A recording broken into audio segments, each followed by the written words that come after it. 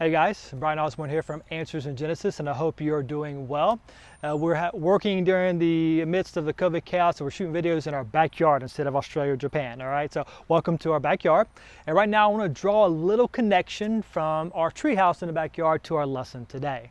And so with the treehouse, as you see here, we added a brand new addition not that long ago. Hey baby. And we added a brand new addition. And as we were planning to build a treehouse, we could tell the kids before it was built what it might look like and draw some pictures, give them some fuzzy idea. But of course, until it was actually built and presented in front of them, they couldn't really know what it was going to be like. And then once it was done, then they could actually see it, enjoy it, and really just take it in for what it is. And I want to draw a connection from that in the treehouse to the lesson we're looking at today, which is we're transitioning from the Old Testament to the New. And as we are doing this lesson, as we make this transition, there are a couple of major things we really need to keep in mind to be consistent biblically.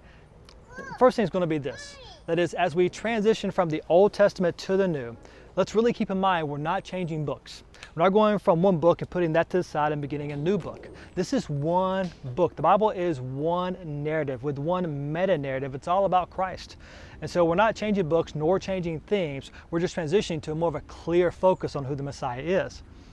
And as we're doing that, we also want to keep in mind that if you could summarize the message of the Old Testament, it would be basically this, that Christ is coming. The Messiah is coming. You see that foreshadowed all the way through the Old Testament. As we summarize the last 4,000 years of history with those 7 C's, the first 4 C's, creation, corruption, catastrophe, confusion. And then from the Tower of Babel, you got Abraham, and he becomes a nation. And from that nation eventually comes the Messiah. But in the midst of all that history we've talked about, we've seen the Messiah foreshadowed and predicted over and over and over again. In Genesis 3:15, you have the proto-evangelium, the first mention of the gospel right after Adam and Eve sinned. You have God telling Abram that through your descendants I'll bless all people, a prediction of the Messiah from his line. You have God telling Judah, from your tribe will rule forever. The Messiah will come from your line. And then you have prophecies to David that his kingdom will last forever because Messiah comes from his line. And you have the foreshadows of things like the event of Passover as they're exiting Egypt, the last plague, and the spirit of death passes over the house, and the bronze serpent on the pole. And there's so many others. But one foreshadowing prophecy after another pointing to the Messiah is coming. That's the whole thrust and the point of the Old Testament. And so as we're now transitioning to the New Testament where the Messiah has come. And that's the major message of the New Testament. The Messiah is here.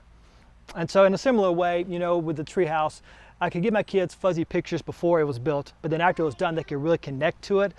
In the Old Testament, many fuzzy pictures point to the Messiah, but in the New Testament, this revelation is clearly revealed in Christ. God become flesh amongst his creation, become part of our blood to do what we couldn't do for ourselves, to pay the perfect, infinite sin debt. And so we keep all that in mind as we transition from the Old Testament into the New Testament. And as we keep all this in mind, another major theme to keep in mind is this: God is faithful. We see all the promises and all the foreshadows all of the Old Testament. They're pointing to the Messiah. It keeps telling you, he's coming, he's coming, he's coming. New Testament, he is here. God keeps his promises.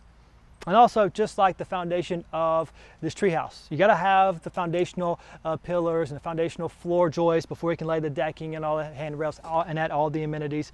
The Old Testament is the foundation to the New Testament, and we need that foundation to properly understand all the wonderful revelation of the New Testament in Christ. So I hope that's helpful to you guys. Hope you enjoyed the treehouse, and we'll talk to you later on.